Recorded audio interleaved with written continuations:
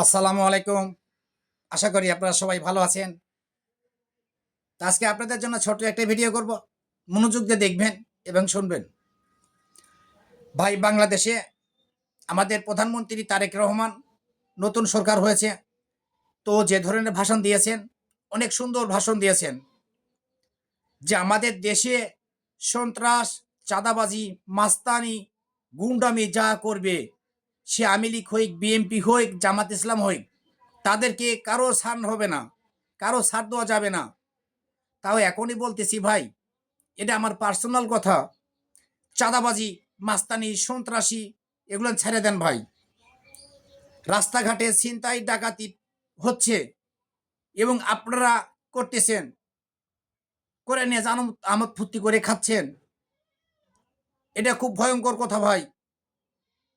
10 দিন চোরের একদিন গৃহস্থের, এটা মনে রাখবেন।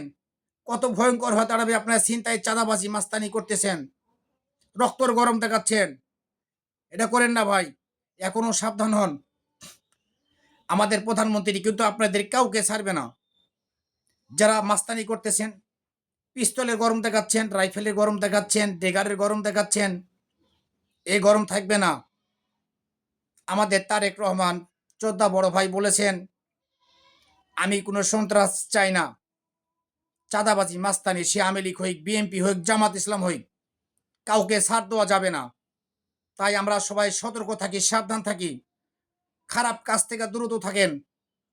প্রশাসনকে, সেনাবাহিনীকে যে ধরনের নিরাপত্তা দিয়েছেন আমাদের জনগণের জন্য, যেখানে মাস্তানি, চাঁদাবাজি হবে সেখানে পুলিশ প্রশাসন আসতে বাধ্য থাকবে। অনেক দ্রুতভাবে অ্যাকশন লওয়া শুরু হবে। তো আমরা খারাপ কাজ থেকে দ্রুত থাকি, সাবধান থাকি, পিস্তলের গরম না দেখাই, ডেগারের গরম না দেখাই, চাঁদাবাজির থেকে দ্রুত থাকেন। এ ধরনের কাজ কারবার কেউ করেন না ভাই। মাস্তানি, গুন্ডামু ছেড়ে দেন ভাই। আল্লাহকে ভয় পান। মৃত্যু মানুষের আছে, মানুষকে কষ্ট দেওয়ার, টাকা পয়সা ছিনিয়ে নিয়ে এসেছেন, এ ধরনের কাজ কারবার করেন না ভাই।